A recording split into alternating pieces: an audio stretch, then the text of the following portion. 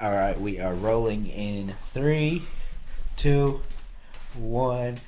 Ladies and gentlemen, welcome to the very first episode of Riding the Pine podcast. I am your first host here, Patrick Moss. And I'm Jet Kane on episode 1, Division 3 of Riding the Pine. This is our third attempt at episode 1, and hopefully this is the last one at episode 1. Well, I mean, third time's the charm, so... Yeah, that's what it is. We've had some technical difficulties, just minor things.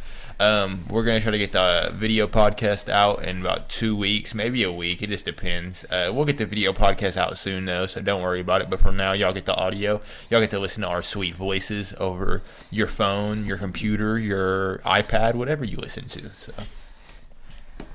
Alrighty, getting into our first topic here, we're going over the results the last week of the NFL and the last couple games that just happened on Thursday night. So Thursday night game that just happened. We're recording this on a Saturday night, so by the time you guys might see this, the Sunday games have probably already been all said and done and we haven't seen them. But we saw the Thursday night game and the Rams blew it.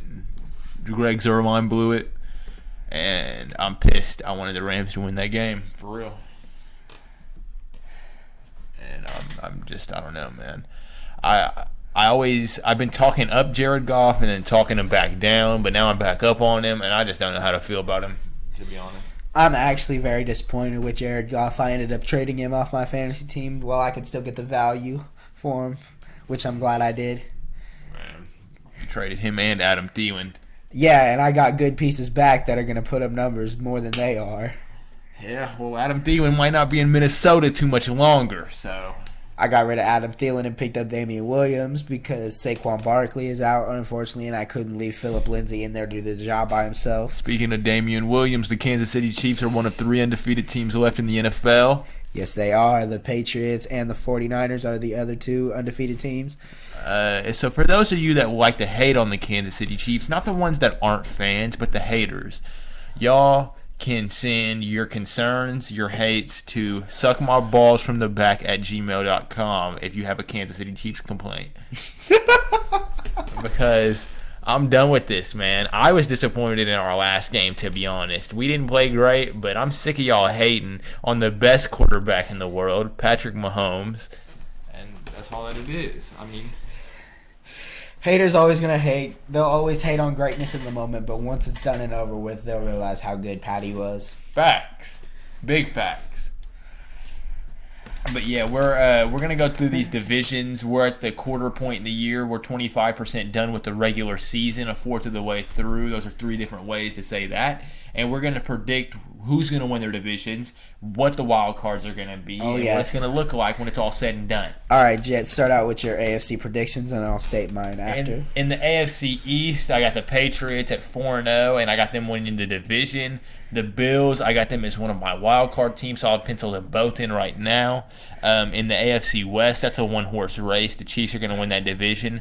In the AFC North, I got the Browns winning that division. I had the Steelers, but that was a bad pick. Big Ben's down. Mason Rudolph doesn't look bad. He doesn't look great. But, yeah, I'm taking the Browns because they're leading the division right now in a close race in the AFC North. It doesn't look good in that whole division. The AFC South isn't much better. I'm going to go out on a limb and say the Jacksonville Jaguars are going to win that division. I'm a fan of Minshew Mania. I'm a part of Minshew Mania. Gardner Minshew, that's my guy. I'm rooting for him now. Him, Baker, and Mahomes, those are my 3 faves this year. So, alrighty.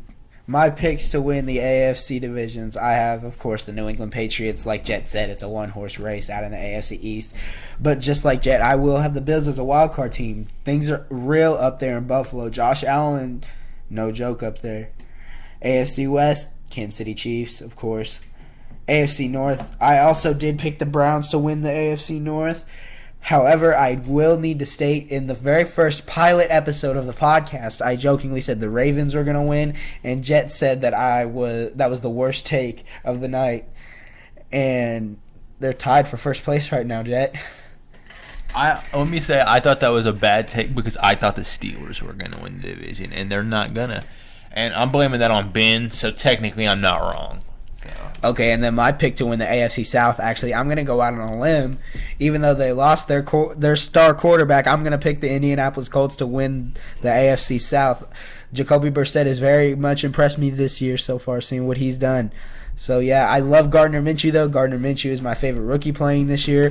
There was a picture I saw, Jet, actually, of Gardner Minshew, and it said, when Gardner Minshew left for college, he told his dad, "You're the man of the house now." That's a fact. Gardner Minshew is not a boy. All right, Jet, your NFC picks. The NFC East, I said this on the pilot episode, and I'm sticking by it. I still think the Eagles are going to win the NFC East. The Cowboys, I'm going to put the Cowboys in as one of my wild cards. I don't think I had them in as one of my wild cards. You didn't have them making the playoffs. Nah, but they're definitely going to be there. NFC West, I'm going to say the 49ers for now. The Seahawks look like they're going to... never mind. I'm not going to say the Seahawks yet are going to be a wild card. I'm going to go 49ers in that one. In the NFC North, I'm going to go the Green Bay Packers. They already beat Chicago in Soldier Field, and that's pretty big. It's hard to win there. And so they get to play them at home. I think they can really ride it out and have a nice little 11-5, maybe 12-4 season if they play their cards right. And in the NFC South, I got the New Orleans Saints. I had the Atlanta Falcons, but they're disappointing the hell out of me this year, man. Just like the last few years. Two wild card teams. I'm gonna go with the Bears and the Cowboys. I'm gonna say the Seahawks and the Rams miss out on the playoffs by the time it's all said and done. So, alrighty, my picks going down the list. We them boys. I picked the Cowboys to win the NFC East. Shout out to Cam Cooks. Fuck the Cowboys. Fuck Cam. Alrighty, and then my pick to win the NFC West, I got the Seattle Seahawks, of course. I'm a believer in Russell Wilson. I think he's going to lead his team. I like the fact that they got Jadeveon Clowney on defense with Bobby Wagner. I think that is a very, very nasty linebacker tandem. NFC North, I'm going to go the Packers. Their defense is going to carry them through Thanksgiving, and then once Thanksgiving hits, it's Aaron Rodgers' time. I'm calling it now. NFC South, even without Drew Brees, it's got to be the Saints. Man, they're just too good. And then my wild card teams, I got the 49ers, and I got the Bears. Da Bears. All right. I'm saying the Eagles miss out on the playoffs and the Rams miss out on the playoffs. Disrespectful. Because Carson Wentz is the real deal, and you got Mitch Trubisky making the playoffs over Carson Wentz. And I just don't. I said that in the last one, and you didn't disagree with me. I just don't like the Eagles slander today, though. Fly, birds fly. I just think the defense will do it for them.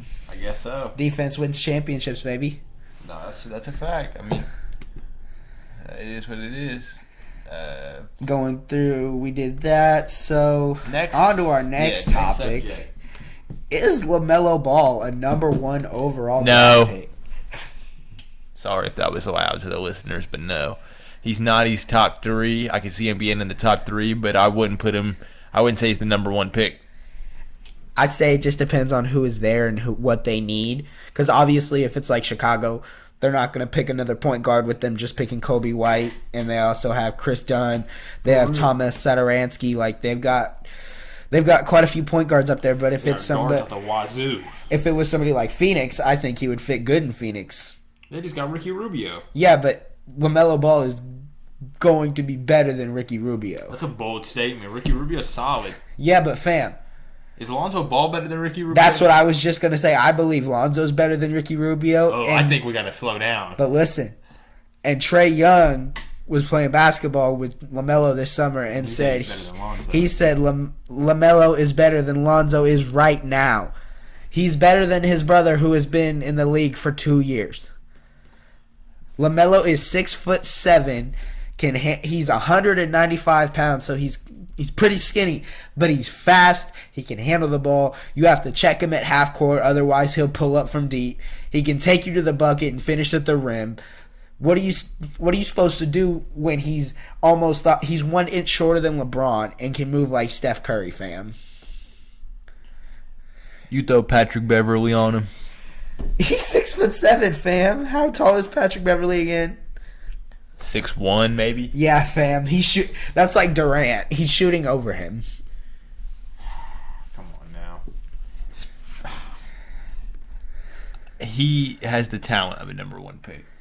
There, thank you. That's all I needed to say. see Because that. I was just going to say, he comes back his senior year at Spire Academy. He averaged 21.9 points a game and 9 rebounds a game and 9 assists a game. Like, he basically averaged a triple-double, fam. Against all these prep schools that Yeah, he's he playing. can ball. We know that. Man, I don't think Lonzo Ball is better than Ricky Rubio right now.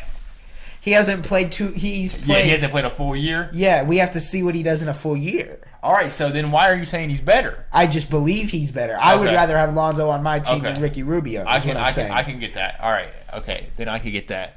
I'm not saying I wouldn't. I would just I also I just wouldn't think brush it Lonzo, off. I though. think Lonzo's a better defender too. He's Nah, got the yeah, size Ricky on Rubio him too. can't really defend. I get that. And he's got the size. He's 6'6". I just said I wouldn't brush it off. Like I wouldn't just like that's a no-brainer. Oh, like I'm not saying Okay. Ricky Rubio's still a solid NBA Yeah, point guard. okay, Don't get me okay. wrong, but I'm just saying, that's just like, all- that's I all- just prefer Lonzo. That's all in I my was opinion. asking for. It was like I don't like Ricky Rubio that much, but let's just put a little respect on his name.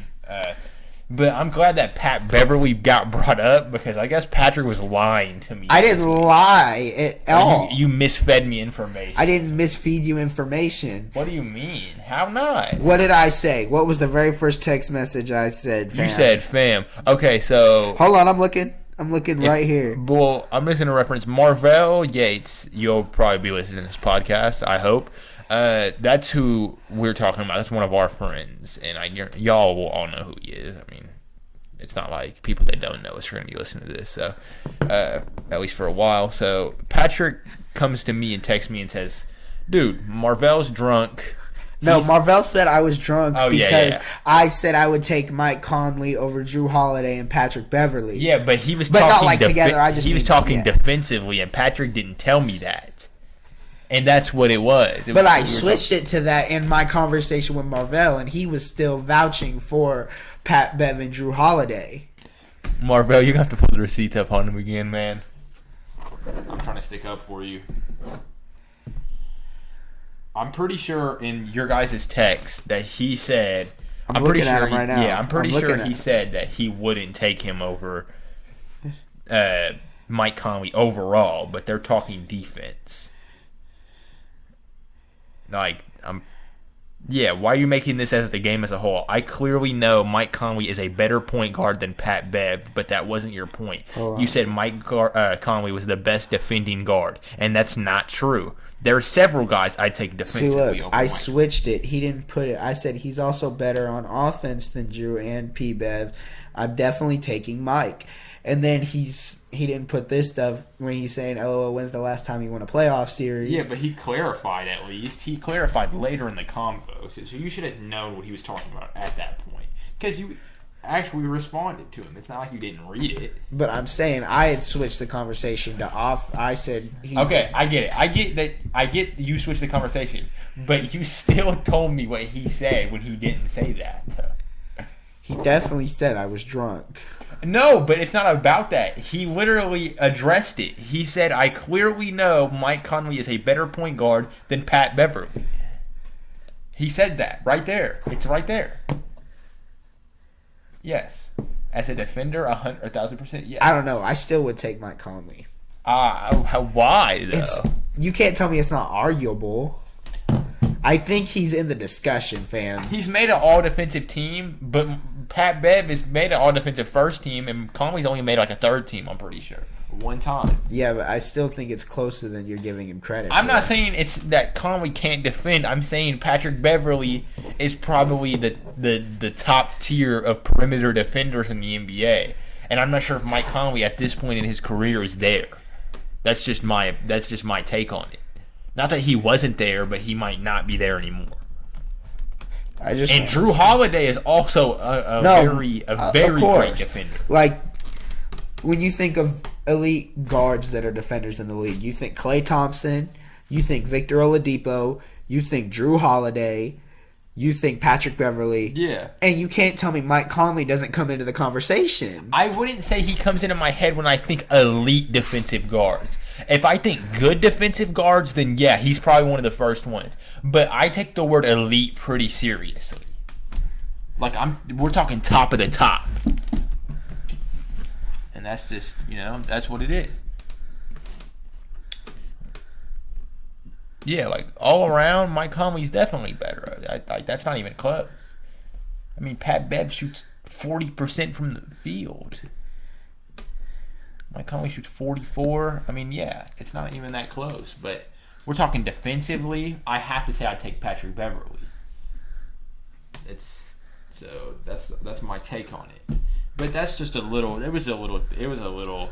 I'm not saying it's not arguable. You can make an argument for Mike Conley. I just think it would be wrong, but you can make the argument. I still think you can make the argument for terrorism. I still think that's the wrong thing to do. You shouldn't be a terrorist, Patrick. I still think it's closer than Are you a terrorist? No. All right, I'm just checking. Fam, I just think it's closer than you're giving him credit. I'm not saying it's not that close, but I don't think. Actually, that is what I'm saying. It's not that close. Oh, stop it! It's not that close. It's not like. I'm not losing sleep over it. Like I feel like if you ask me it in like the first 3 seconds, I would have my answer. And I feel like that's just not close. Like if you gave me something close, I'd have to think about it. If you was like, fam, all right, Paul George or Klay Thompson, defender, that's close. Like I gotta say that's close. It depends who you're guarding, honestly. If you're guarding, that was another thing. Me and Marvell if you're guarding somebody longer, very confused. If you're guarding LeBron James, I'm gonna go Paul George. But if you're guarding like Steph Curry, I'll go Klay Thompson. Yeah, because we were talking about our standings, and I told him because he went Clippers, Nuggets, Lakers, Houston, Warriors, Blazers, Jazz, Pelicans, and I thought that was way too low for the Jazz.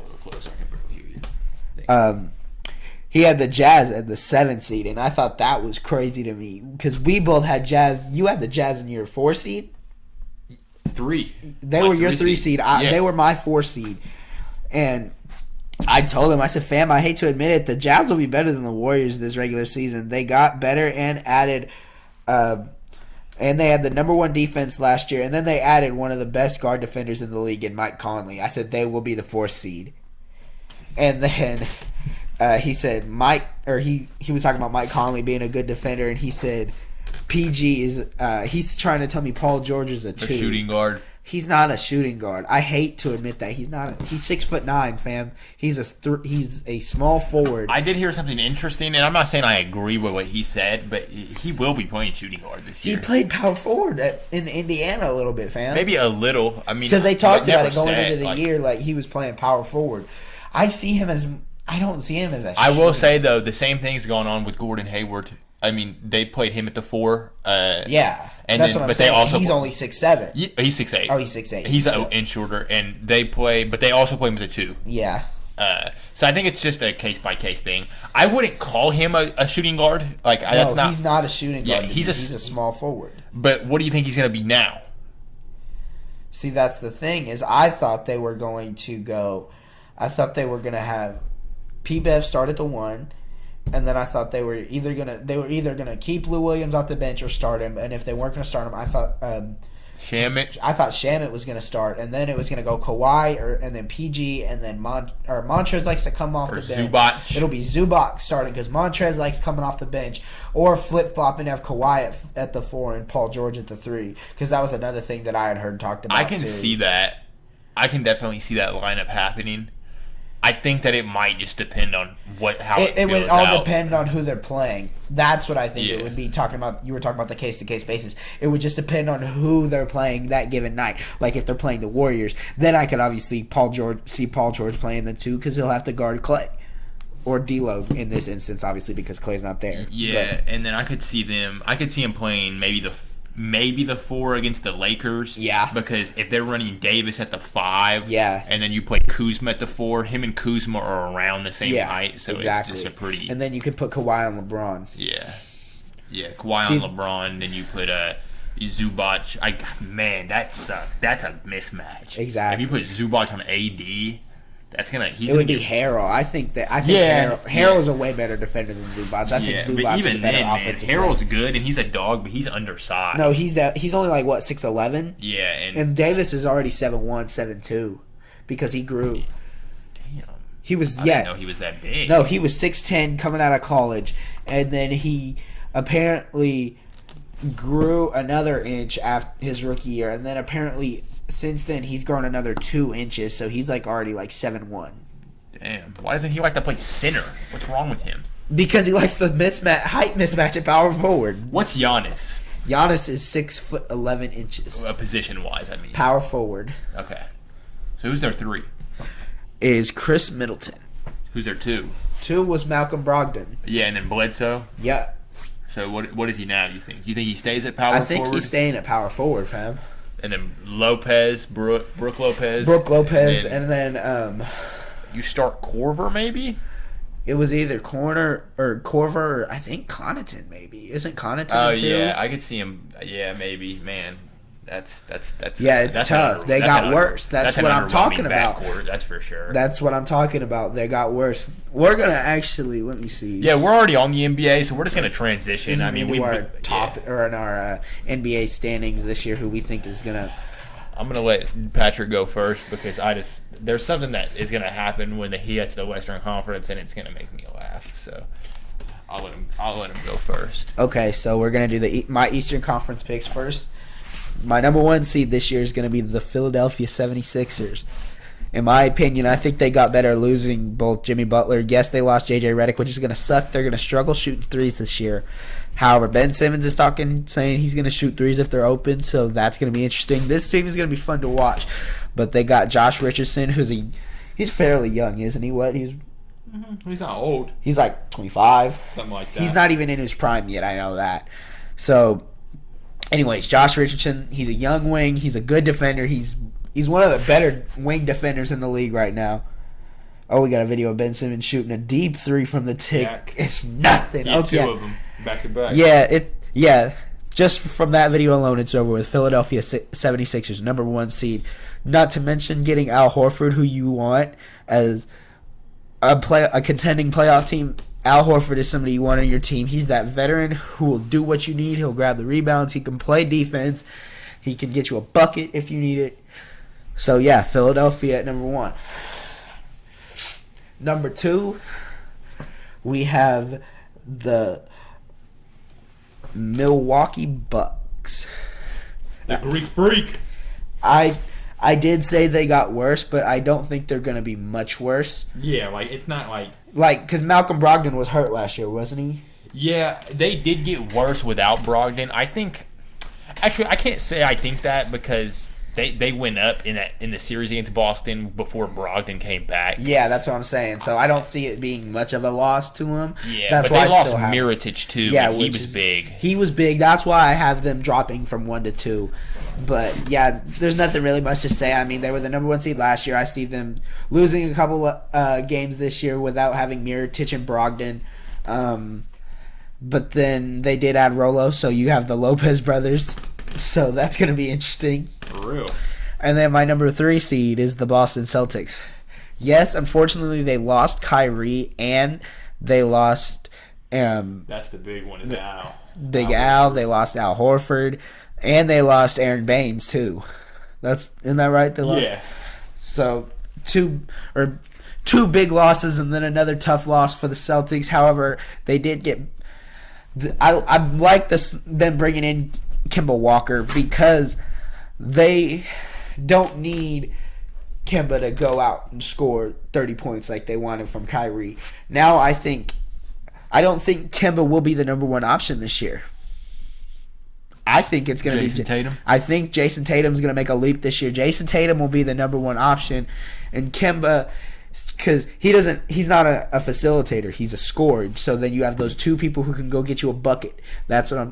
And that leads me into the next thing. My next point, Gordon Hayward, I think, will be the facilitator for the Boston Celtics this year. He has some very good vision at the wing, and so having him facilitate and having Kemba getting the ball to Kemba or Jason Tatum in their spots, I think is going to be a big thing for them. Any comment on that, Jet? Yeah, Gordon Hayward is one of the guys where if you looked at his box stats, you would, or the box score, you wouldn't really realize how good of a passer he is. He's really good at getting into the pick and roll and making decisions.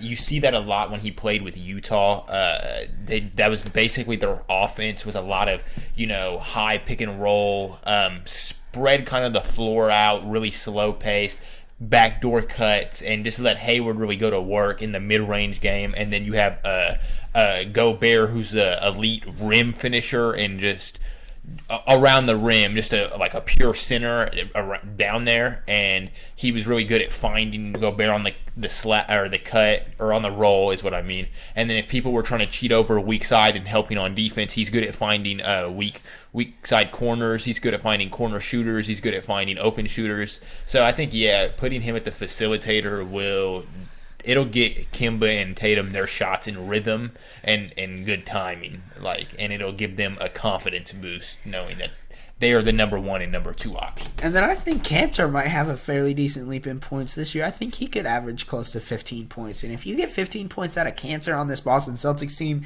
you're sitting good. You're sitting very good. Yeah. What Cantor needs to worry about is his defense, for real. We know he can score. Yeah, we know he that's can what rebound. I'm talking about. Because he's not the greatest defender. Not at all. Not at all. Pretty bad, actually. So, number 4 for you. My number 4 seed in the Eastern Conference is going to be the Indiana Pacers. Bang, bang. They added Malcolm Brogdon from the Milwaukee Bucks this year, and having him with Victor Oladipo, we just need to see if Victor Oladipo can get back to most improved numbers this year, because last year, before he got hurt, he really wasn't that impressive. He was only averaging 18 points per game, and then when he went out, it was Bogdanovich who became the number 1 option for them, and they're having troubles trying to figure out what centers they want to run, because apparently Domantas Sabonis and Miles Turner don't work well together when they are on the court, so they're trying to figure out a balance between those two and who they want to play more. So they're not going to be a very high seed, but 4, I see them sitting there. So yeah, number 5 for me is going to be the Brooklyn Nets. I think them, of course, adding Kyrie, Kevin Durant, and DeAndre Jordan were their big name sightings this year. KD's not going to play this whole year. He's not going to play in the playoffs, is he? No, he's not. He's done. So at least I don't think he is. If I'm the Nets, I'm not making the same mistake that happened already. No, not at all. So, but I think Kyrie with Spencer Dinwiddie, Karis LeVert, Taurean Prince, DeAndre Jordan, and Jarrett Allen are good enough that they can get the 5 seed. If not the 4 seed, they might overtake the Indiana Pacers. Yeah. I only put them at the 5 seed just because that's where they were last year. Obviously, they did get better. We got to see how they would look in that new system, though, or with Kyrie in that new system, because D'Angelo Russell was the facilitator. Kyrie isn't much of a facilitator to me. He doesn't really look to get assists like that. He looks to score his buckets. So facts. So get in the mid range, pull a few jumpers, pull some threes off the dribble. So get to the bucket, finish. That's what Kyrie. That's why I have them at number 5. So we'll see. They can potentially be a 4 or a 3. It just depends on how they fit in that new system.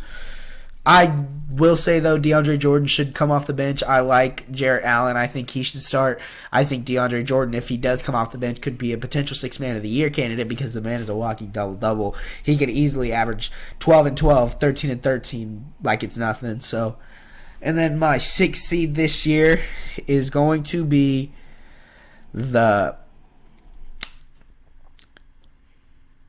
they're going to bump up a little bit compared to part 2. I'm going to actually have the Toronto Raptors as my 6th seed. And baby dinosaurs. Yes, they did lose Danny Green and Kawhi Leonard. However, they still have Kyle Lowry. They still have Fred VanVleet. They still have OG Anunoby.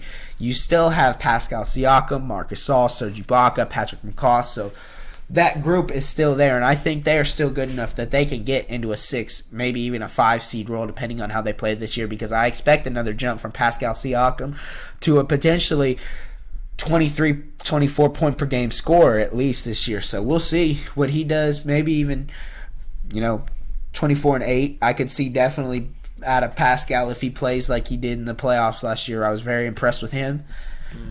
My 7 seed is going to be the Miami Heat, adding Jimmy Butler this year, and I mean, there's really nothing special there. I mean, you have Jimmy Butler. I mean, Facts. you have Point Justice though. If Point Justice is there though, that could Still got Dragic. you still got Dragic. So, but they lost Whiteside. They do have Bam Adebayo though, so we'll see what happens with them. And then my 8 seed is going to be. It's not going to be the Wizards because they're John Wall's out. I think the Bulls could be close, but I have to go. My 8 seed is going to be the Detroit Pistons. The Detroit Pistons aren't going to basketball. Facts. I mean, the Detroit Pistons last year were 41-41. They were exactly 500. I mean, you did add Derrick Rose, so I think they are still going to be better than they will be better than last year potentially. I think Derrick Rose is a better scorer than Reggie Jackson, so we'll see what happens with Detroit. Alrighty, your Eastern Conference predictions yet? Number 1, we got the same. The Sixers are very talented, too talented, a lot of defense. We already know about the Philadelphia 76ers. We know they got Embiid. We know they got... Trust the process. Yeah, they just picked up Al Horford, which is huge because that's going to be a lot to deal with if you have dominant presences or a dominant presence in the paint if you're in the East. Even if you're in the West and you see them in the finals and have a dominant presence in the paint, so that's a lot to deal with. So especially for somebody in Milwaukee that can't shoot the damn basketball, we're talking to you, Giannis. If you can't leave the paint, you're going to have a hard time against the Sixers. Number 2, my team for this 2 seed is the Boston Celtics. I'm getting a little optimistic here because I'm planning on Boston having a better year than they did last year by a few wins, and I'm also planning on the Milwaukee Bucks to have a few wins less than they had last year. And I think it'll be a tight race between them, but I'm going to give Boston the nod just because I think they just top to bottom might be a tad more like upsided, like have a tad more talent. They're a little long in the tooth when it comes to center. They just got Cantor, and he can't really play defense. But, I mean, on Brook Lopez, it's not like Brook Lopez is going to be, like, banging down low with you all the time. No. He's going to be That's chilling Splash on the Mountain. You yeah. see him on the perimeter more. It's going to hurt them if Giannis is constantly going to the rim, though, because Cantor can't do anything to that. Exactly. Like Horford and Embiid can. So I can see where I take the Bucks at 2. But I also account on Tatum having a big leap this year. I think he goes from that little 16 or 17 to probably about a 23. Yes. Maybe a 24. I think Kemba will come down to about a 22, maybe 23. And I also think Gordon Hayward will be the primary facilitator and third shot taker and shot maker. And I think he'll come up back to, I wouldn't say back to exact Utah numbers, but I think he'll be in Utah form. I think that he can shoot the ball. He can shoot from 3. In Utah, he was a damn near 40% 3-point shooter. He's always around 85% from the free throw line. He's got a good shot. He got a good stroke, and he can really kind of do it all. He can pass. He can dribble. He can shoot. He can ball handle. He can defend the longer wings. Not like an elite defender, but he's a good defender. And I think that he'll get around 20 points a game. And then I think that's going to be the bulk of the Celtics offense this year. And then at the 3 seed, we have the Milwaukee Bucks. For obvious reasons, I just think that those 3 are really the in the race for the East. And I'm not even saying in the race because I think Philly's really in the race for the East, and everybody else is trailing Philly right now. But you never can rule out Milwaukee with that because they do probably have the best player on the court in most scenarios. And so I'm going to go with Milwaukee just because of Giannis, Chris Middleton, and you know the gang in Milwaukee. At the 4, I'm going to go the Indiana Pacers. One acquisition that Indiana had that I did not notice until here a few days ago was T.J. Warren. They have T.J. Warren starting, and he's a solid player, man. He's not a scrub. That's a solid replacement for Bojan Bogdanovic, who went to Utah. And I just think that Brogdon, and if Oladipo can get back to full health and like put up good numbers, Brogdon, Oladipo, Warren, Sabonis, Turner, or however they're going to play that, that's a good lineup. At 5, I'm going to go the Brooklyn Nets. I think they just got more talent than anybody else left in the East with Kyrie, DeAndre, Jared Allen, Spencer Dinwiddie. They got good perimeter game. They got good perimeter guards. If you were asked at the beginning of last year probably about a fourth way through the season who was going to be the All-Star in Brooklyn, everybody would have said Karis LeVert. And he got hurt, and D'Angelo Russell stepped up and really showed his potential. So I think if the Nets can get that Karis LeVert back, that'll really do them some good. And then Kyrie, DeAndre Jordan, and then in the 6th seed, I got the Miami Heat. They also just have more talent than the rest of the East teams left with Jimmy Butler. They have I wouldn't say a true number 1 guy, but I mean, someone that you could put in a number 1 and have a little success in. At the 7th seed, I'm going to go with the Toronto Raptors. Van Vliet, returning NBA champions. I don't think they'll not make the playoffs. I think for their pride, they need to make the playoffs. They'll fight hard this year to get into a playoff spot. Yeah, because there are people. So many people are doubting on them right now, especially with them losing Kawhi and Danny Green. And now they have a winning. They have a winning pedigree now, so they know what it feels like to win, what you need to do to win, and that'll win them some games here and there down the line. And then the 8th seed, I'm going to go with the Young Bucks in Atlanta. I'm going to say the Atlanta Hawks, hot take, are going to be in the 8th seed this year. I'm not mad at that. I like Trae Young. I think Trae Young will take another step up.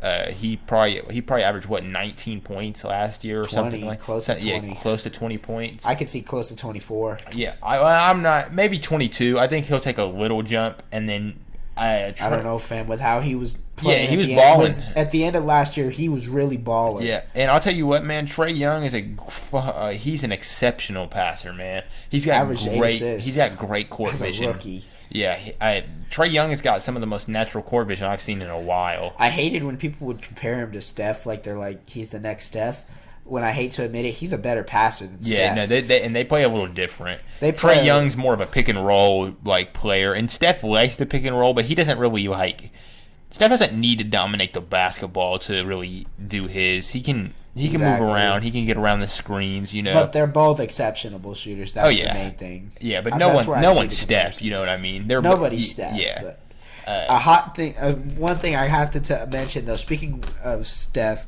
His partner, Klay Thompson, his Anta KT5s just released the other day.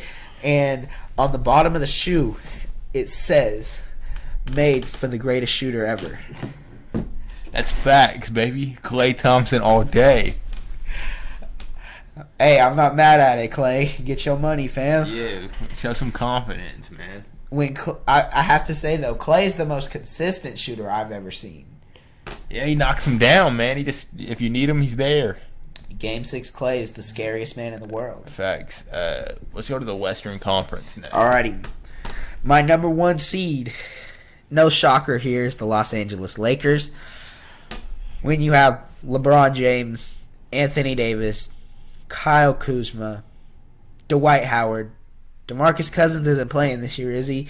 Did he just get hurt again? Yep, he just tore his ACL. You got Dwight Howard when he comes back. And then you've also got Danny Green. You've got Rajon Rondo. You've still got Alex Caruso, that boy. That team is just too good, fam. LeBron took... Okay, what seed were the Cavaliers in when LeBron took them to the finals in 2007? With Zadrinas Ilgauskas, Mo Williams... Were they a 1 seed, fam? I think they might have been a 2 seed. I really thought they were. Yeah, because they played Game 6 in Detroit, so that means they got Game 7 at home. They might have been a 1 seed. Yeah, we're gonna look this up. We're gonna see what seed the 2007 Cavaliers were when they went into the NBA. A second in the Eastern Conference. It said at the top. Yes. I knew it. So they were a 2 seed. They were a 2 seed, and he took that team to the finals. He took that team in 2017, winning the series against the Toronto Raptors. Nobody on that team averaged more than double-digit points for that series. Yeah. He was the only person that averaged double-digit points on the Cleveland Cavaliers. And now you give him Anthony Davis, the best big man in the league today. You give him Kyle Kuzma, one of the best upstart third-year players in the league right now. Yup. You have Dwight Howard, former Defensive Player of the Year. How do you feel about him coming back to LA, Jet? As a Lakers fan. As long as he does his thing, man, just do your thing and win us a title, man. And it'll all be good. And then my number 2 seed, the little brother in LA, the Los Angeles Clippers. When you add Kawhi Leonard and Paul George to a team, I feel like that's enough said why it's going to be the 2 seed. Facts. I mean, what more else is there to talk about that team other than Mr. Six-Man Lou Williams himself? Also facts. Lou Williams is a buck. The 3 seed shouldn't be a shocker to anybody. Shout out to my boy Vossi, the Denver Nuggets. Boo. I'm playing. Denver Nuggets were the 2 seed last year, winning 54 games last year. So they added Bol from. They drafted Bol this year, and then they're getting back Michael Porter Jr. this year off injury, and I'm expecting a big year from Michael Porter Jr. from watching him play his senior year at high school, and then the lackluster performances he did have at Missouri. I can't even lie. He had some lackluster performances. I mean, he only played like 3 games. Yeah, but one of them was also after surgery. He had back surgery. Yeah. So, but he's one of the most talented kids I've ever seen. When I saw him playing at the high school level, he's 6'11", was pulling up from NBA range in high school. He was dunking on dudes. He was grabbing rebounds. He was making passes. Like, his vision was what impressed me. It was almost LeBron-like vision in high school, fam. Like, facts. It was crazy. So if Michael Porter Jr. can play how I know how I expect him to play, then they will definitely be the 3 seed this year. The 4 seed this year is going to be, in my opinion, the Utah Jazz. The Utah Jazz were the 5 seed last year, and I expect them they had 50 wins last year, so they're no pushover. But they added Mike Conley and Bojan Bogdanovic from the Indiana Pacers, and then Mike Conley from the Memphis Grizzlies. Getting an upgrade at point guard like Mike Conley over Ricky Rubio is going to be a big plus. He's a very, very good defender. He's a very good court leader. His veteran leadership is going to bring them wonders. His ability to score the ball, he was a 21-point-per-game scorer last year, so that was a career year for him. He can average 6 assists, he averaged 6 assists, so he's definitely a facilitator that he can be. He can get the ball to Donovan Mitchell in his spots. He can run the pick and roll with Rudy Gobert, which is obviously going to be tough to guard. And then you've got Joe Ingles, who he can kick into the corner and shoot the 3 because that's what Joe Pringle does. Facts. My 5 seed this year is going to be the Golden State Warriors. Woo! Golden State, they did lose Kevin Durant, yes, and obviously you're going to get worse when you lose Kevin Durant. But once Klay gets back with D'Angelo Russell on this team, with Willie Cauley-Stein on this team, and Draymond Green, they are not going to be a team you will want to face in the playoffs. Even if you're the Los Angeles Lakers, you don't want to play them. Nobody wants to play them. Why? 3 is better than 2. And that team, obviously, at full strength, is the best 3-point shooting team in the league. And with how fast-paced they can run, if they can control the pace of the game, I think you're in trouble, bud. Facts. I agree. Number 6. The 6th seed will be...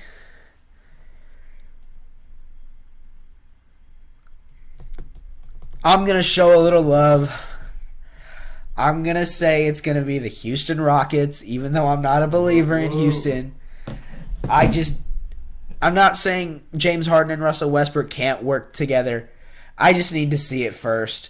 With how high their usage percentages were last year, that James Harden literally The way they run the offense, he literally dribbles 20 seconds off the clock. H-Town.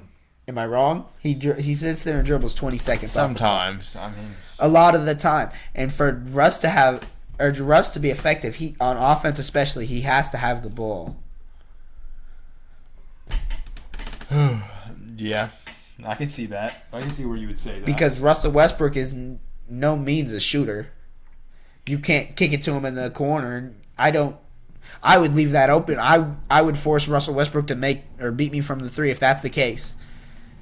So, yeah. I mean, it is what it is. I just don't see it working. But if it does, more power to them. They're going to be a great team. They could push to be a 4 seed if they work together. Because with Clint Capella, don't they still have PJ Tucker? They still have Austin Rivers. Yep. I mean, you still got Gerald Green. You still have those pieces. Eric Gordon. You still have those pieces from last year. You still have the pieces that were there when they faced Golden State in the Western Conference Finals 2 years ago. I mean, they're there. You just have to execute. I just need to see it. I'm not saying they can't do it. I just need to see it. So that's my take on Houston. And my 7th seed is going to be the Portland Trail Blazers. When you have the backcourt tandem of Damian Lillard and CJ McCollum, I think that speaks for itself just what type of team this is. And then they added Hassan Whiteside, which what they needed a big-time defensive center. They didn't have that, especially after Yusuf Nurkic broke his leg last year. So shout out to him. Hopefully he has a fast, speedy recovery. Love to see him back on the court. But adding Hassan Whiteside, who from quite a few seasons led the league in rebounds per game. Am I wrong? Yep. No, you're not. More than 1 year, I saw that he averaged 14 rebounds a game. So if he can, they don't even need him to score. They just need him to average a lot of rebounds, get a lot of offensive rebounds, and get them second chance points. That would be the difference maker for them this year. Is second chance points if they can use Hassan Whiteside to his full potential. And then the 8th seed to me is going to be the Dallas Mavericks.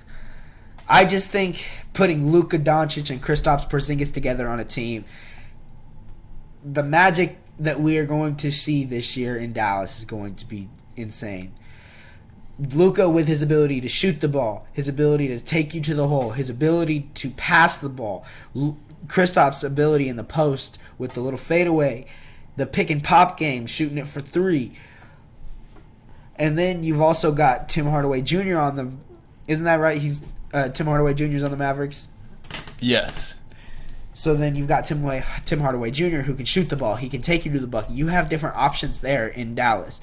So I expect them to be able to make the 8th seed.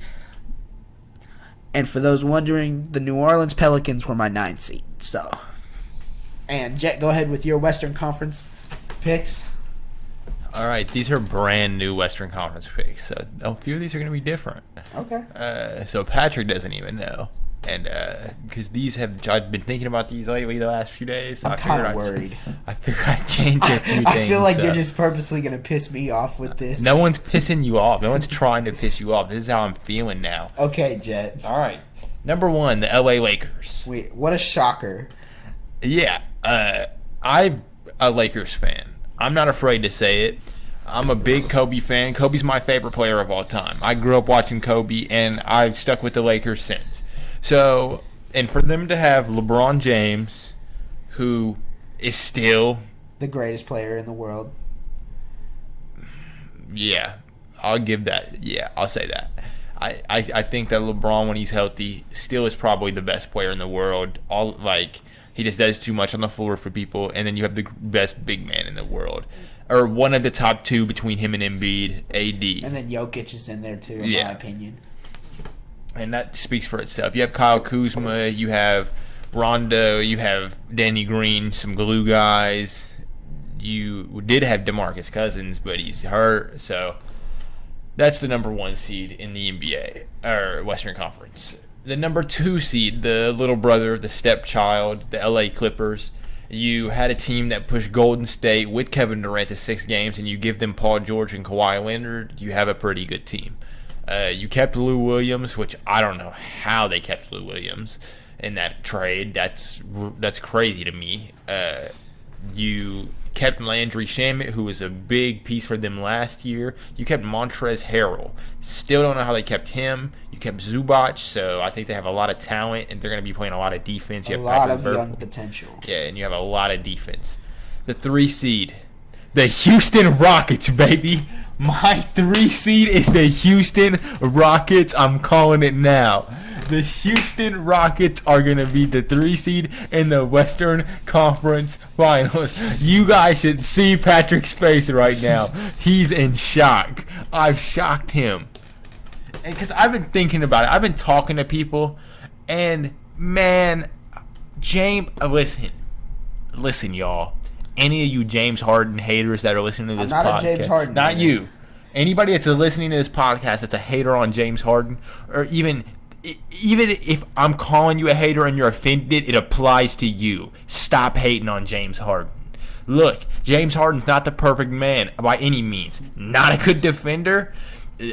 Tires himself off for in the playoffs, and sometimes he doesn't hit big shots and doesn't even take big shots. But James Harden is a very versatile scorer. He's made for the system D'Antoni has put him in, and we all know Mike D'Antoni is a regular season coach. So I believe he's going to make it work with James Harden and Russell Westbrook in the regular season, not the playoffs. I was just going to say the key thing to what you just said was Mike D'Antoni is a regular season coach. He had Kobe Bryant and still couldn't get it done, so I'm not a believer in Mike D'Antoni. All right, look, he had Kobe Bryant. Pau Gasol, didn't he still have Steve Nash, Ron Ron Artest, and Dwight Howard. Yeah, fam, that was the super team that was supposed to be that never But happened. he didn't have a guard like James Harden. Kobe Bryant and James Harden are both scorers, but they are not. Their play styles are not that similar. Oh no, not at all. Not at all. One's a mid-range Picasso, and one loves to chuck up the deep ball. And so I think that James Harden is really molded for a guard like James Harden is molded for Mike D'Antoni. I agree because Mike D'Antoni loves the fast-paced offense. And great court vision. Steve Nash was a lot like that. Steve Nash is a much better passer than James Harden. Of course. But James Harden still has really good court vision. And James Harden can knock down shots and get past defenders and run the pick and roll. And Mike D'Antoni loves all of those things. So the Houston Rockets are in my 3 seed. Watch out for James Harden in the MVP races again. Even though he has Russell Westbrook, I'm not saying he's going to win it, but he's going to be there. So yeah. I was just going to say that's what we're going to do after. Houston number 3, number 4, the Utah Jazz. I can say a lot about Utah. I love Utah's talent this year. I love the Mike Conley acquisition. I love the Bojan Bogdanovic acquisition. I like the Utah Jazz.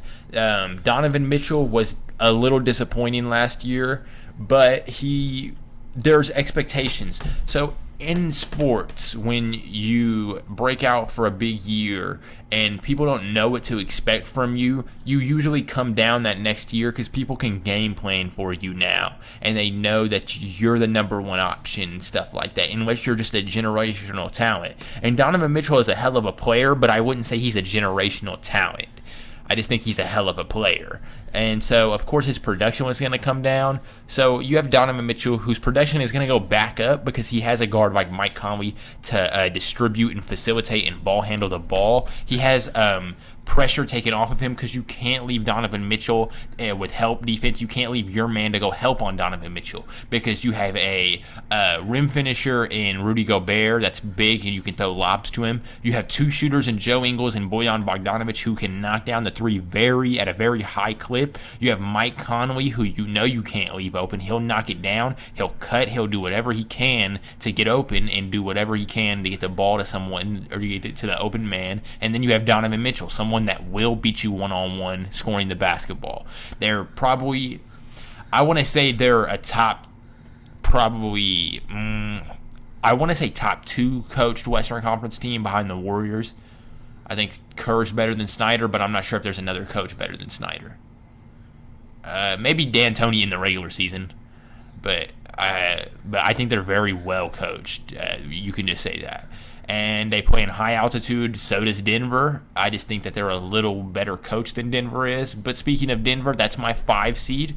I think they're going to take a little step back. not really that they got worse, but just that the West got better. And I don't think that you can really be, if you don't have Shaq, you can't really, I guess Embiid is a different case. You can't really revolve around a center. And Jokic is not the traditional modern NBA center, but I just don't think that the Nuggets are going to do it like they did last year. I think they shocked a lot of people last year with how good Jamal Murray was, and people will be ready for them this year and ready to kind of try to shut their stuff down. Portland was ready for them in the playoffs, and Portland won that series. And Portland got better, and the Nuggets got better because of Michael Porter Jr. probably. Oh yeah, and I Bol agree. Bol. But yeah, so the Nuggets are my 5. The Warriors are my 6. They're gonna be good. I think it's gonna take a little bit of time for D'Angelo Russell to get acclimated into the system. Steph Curry doesn't need acclimated in anything. Draymond Green's gonna do what Draymond Green does. Watch out for Steph to be an MVP candidate this year. Steph will definitely be an MVP candidate. That's for sure. And then especially if they can crack into the top 4 somehow. If they can get into the top 4, Steph would definitely be at the top I called this, I don't mean to cut you off on what ahead. you were saying. There was a thing that I saw on Facebook, and it said, predict what Steph's stats will be. So I want you guys to picture this with me. So let me paint this picture for you. This is what I'm seeing for Steph Curry's season this year. Steph is going back to being the number 1 option. Last year, he averaged almost 28 points per game as the number 2 option behind Kevin Durant. And then with that, he's going, so like I said, going back to the number 1 option.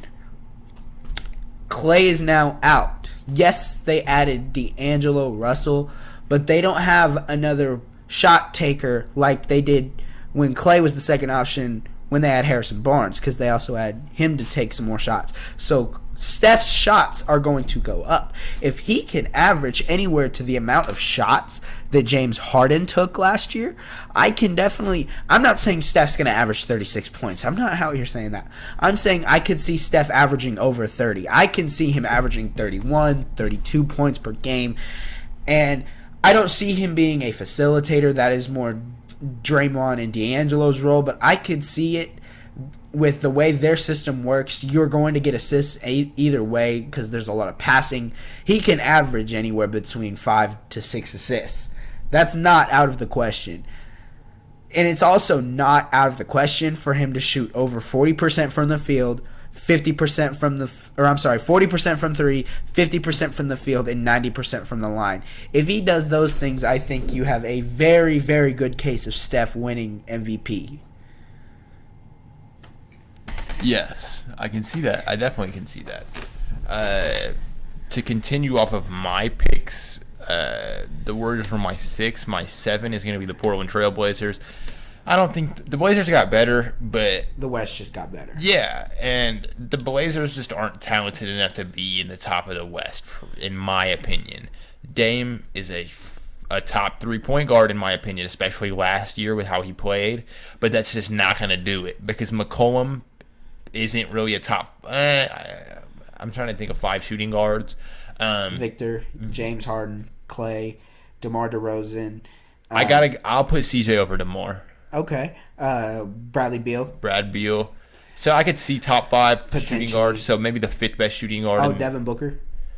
I don't think he's better than Devin Booker. Okay, I'm sorry. yeah. So probably the 6th best shooting guard in the league, or Yep. something like that. Jimmy Butler, too. Yeah, Unless Jimmy you Butler. count Jimmy Butler as a 3. I count him as a shooting guard. Yeah, but- so yeah, and that's just not going to do it. And so Portland just didn't get enough. They're missing a wing. They're missing a wing. They're missing a Paul George, Gordon Hayward. They're missing type Gordon player. Hayward. Yeah. Gordon Hayward shouldn't have went to Boston. He should have went to Portland. That would have been crazy. And the 8th seed, I'm also going to put the Dallas Mavericks. I think Porzingis and Doncic are going to be very good. I was going to say they have Harrison Barnes, but he went to Sacramento, No, so he never did go to mind. Sac. Yep. You got Boban. You got Boban. And so I just think that little duo is better than the rest of the Western Conference that's not already in the playoffs. So I think they're going to slide into that 8th spot with probably either New Orleans or Sacramento right behind them. One thing I do want to say, I only have the Philadelphia 76ers getting 60 or 61 wins, and that's the highest in the NBA. I don't see any Western Conference teams getting 60 wins with how competitive the West is. I do think the Lakers, though, could get 57. I think 57's fair. 58 maybe. Yeah. Yeah, the West is really going to beat up on each other. They're really going to do a number on each other this year, especially in the playoffs. Clippers will get 50 wins. Expect though, multiple 7-game series in the West. Oh, yes. So, But both LA teams are the only teams in the West, in my opinion, getting 50 wins. yeah, definitely. I could see that. Everybody else in the 40s. But it would be high 40s. I think it would be high 40s. Houston through, the 6th seed, so you're 3 through your 6th seed. I see getting high 40s, like 45, 46, something like that. So Definitely, yeah. And who is your MVP? Well, let's go. Who's going to win let's think. Who's going to win the finals, and then we're going to say who's going to win the MVP. The Los Angeles Lakers are going to win the NBA Finals next year. Or this year. Who are they beating? The Philadelphia 76ers. In 6 games, the Finals MVP will be Anthony Davis. The regular season MVP will be. Man, this is a tough one because I'm trying to think of people that are really going to come up and people that are going to come down a little bit because of teammates. So I don't want to say like James Harden because I don't think he'll win it. I think Giannis could potentially go back to back. I could see Giannis going back to back. Another one that comes to mind potentially could be Embiid. I could see Embiid. The only thing with Embiid is, man, I feel like they really don't look at teams with like Curry and Durant. Mm-hmm. Like when you have that much talent on your team, they kind of like overlook you. Yeah. And with Simmons and Harris and Richardson and Horford, because Embiid still averaged 28 points per game. I think last Embiid year. would have to have a really dominant year. He would have to average again 28 points, and he would have to average 13 plus rebounds, and then at least 3 blocks for him to even be consideration. Yeah. So I'm gonna say MVP is gonna go to. Man, that's hard. Yeah, I'm gonna say Giannis back to back. That's my safe. All right, my picks to win the finals. I have the same exact opinion as Jet. I think the Los Angeles Lakers are going to go to the finals after beating the Clippers in 7 games, and then I believe they're going to beat the Sixers in 6 games. Now, however, though, you also have to think, though, does the Sixers having a home court advantage sway it any way for you making it closer to 7 games? Because they have, like I said, I believe they're going to get 60, and I don't think LA will. I could say it sway it closer to 7 games, but I'd still say 6. I think that Ben Simmons is going to lose them one of those series, a big series. Because I feel like LA's not going to have to guard Ben Simmons. Even if he's just taking threes, live with the...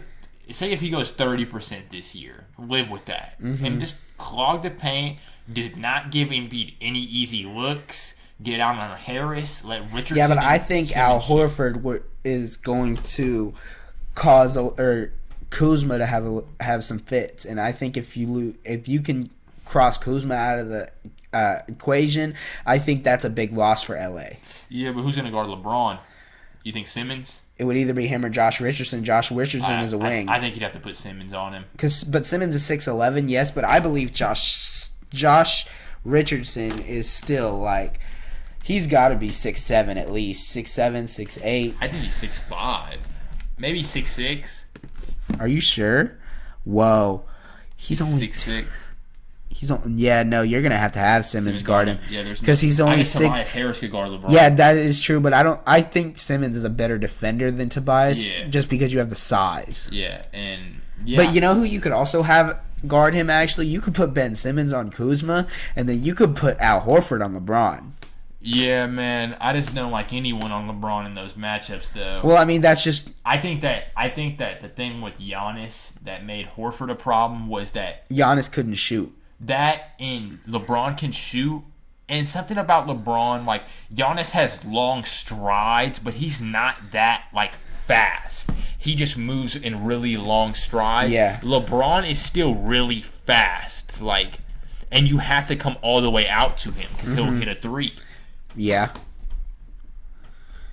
And Ben Simmons is fast, but when you don't have to But guard I feel him, like it's one of those things where if LeBron's hitting threes, you got to live with that. I don't think but he's not Ben Simmons, man. I'm not saying he's if you Ben let Simmons at LeBron all. just chill open for a three, he'll knock them down. No, but I'm saying, like, I would rather sag off on LeBron than sag off on Danny Green. No, I don't know, man. I would also rather sag off. I would rather sag off on LeBron than Kyle Kuzma. Yeah, I don't know. I've said the same thing about LeBron, man, and he keeps proving me wrong with that jumper.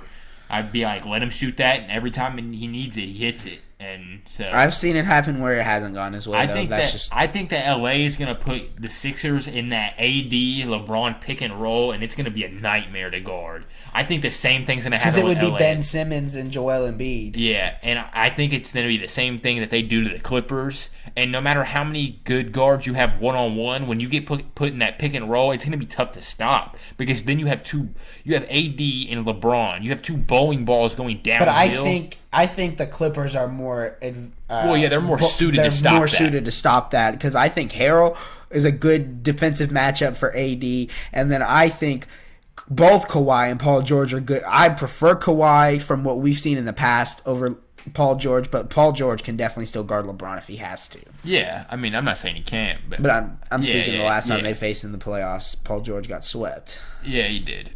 Facts, big facts. But yeah, that's the finals matchup for way too early finals matchup. But and then my way too early MVP choice, we already know who it is. I'm picking Steph. I mean, like for the reasons I said earlier, especially this. Obviously, if they're in the 5 seed, don't give him the MVP. But I'm saying if he pushes to 4, potentially even 3, like I'm saying, everything would have to go perfectly. They would have to play perfect basketball. But we've seen it happen before. We've seen crazier things happen before. We saw the Warriors, the best team ever, lose and blow a 3-1 lead against the Cleveland Cavaliers. We've seen crazy things happen. I'm just saying if they can do it, Steph will win the MVP. Facts. And how long are we in here? We are 1 hour and 6 minutes in. We could cut it down. We could do it here. All right. We'll keep it short for this episode, just because we had to do we had to do an episode already that we didn't get to save. So it's like we've already been over these topics, but we're just kind of refreshing over them. When we have a brand new list of topics, we'll give you a little bit longer of our podcast, maybe an hour and a half. But yeah, so comment down below any other things you'd like us to talk about. We can talk about any different types of sports. So also shout out in the comments your opinions on the different topics we talked about, who your MVP is going to be for the NBA, who you think is going to win the NFL. So this was Patrick Moss and Jack Kane. This is Right in the Pond Podcast. Thank you for joining us.